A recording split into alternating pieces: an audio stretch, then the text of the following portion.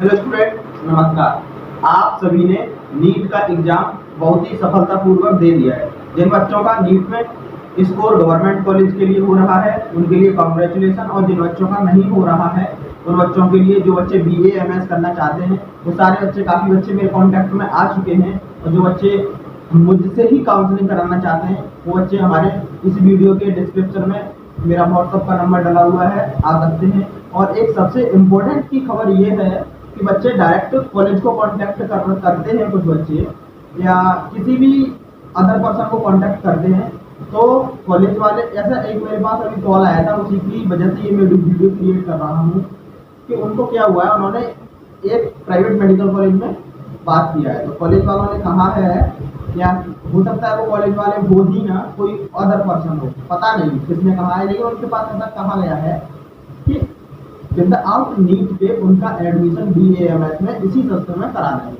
तो ये Indian government है, जो भारत की सरकार है, इसने सन 2020 में ही सख्त रोक लगा दी थी। सन 2019 में हुआ था विदाउट नीट के क्वालिफाइड।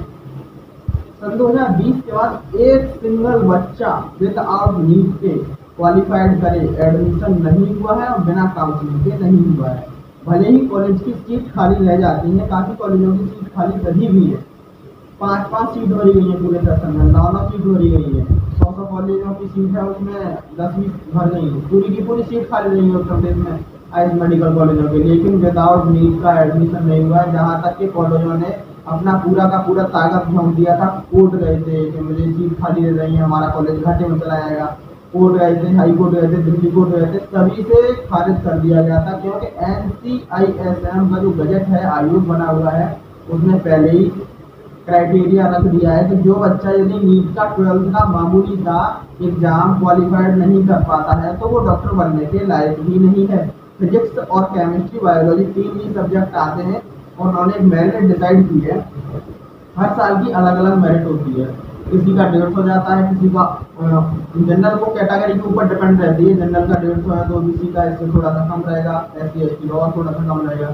मान लीजिए यदि मेरिट 100 200 गई है जनरल की, तो OBC की 180 रह जाएगी। इस तरीके से गवर्नमेंट जो मेरिट, जब नीट का रिजल्ट आता है तो उसमें मेरिट लिख के आ जाती है, यहाँ तक नीट क्वालिफाइड बच्चे हैं, यहाँ तक नीट नॉट क्वालिफाइड बच्चे हैं।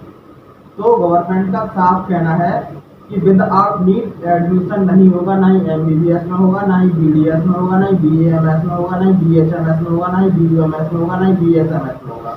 किसी भी कोर्स में नहीं हो सकता। यदि कोई इस चक्कर में कॉलेज वाला या कोई काउंसलर आपसे फीस लेता है और आपसे बोलता है कि नहीं, मैं आपके बच्चे का एडमिशन करा दूंगा विदाउट नीट के, मेरा इंटरनल सोर्स है, कोई किसी का सोर्स नहीं होता है। ये सब बेवकूफ़ बनाने वाली बातें हैं, किसी का कोई सोर्स नहीं होता है। जो गवर्नमेंट का लॉ होता है उसी के अंडर में सभी काम करते हैं, चाहे कॉलेज वाले हो, चाहे काउंसलर हो, चाहे और कोई भी हो।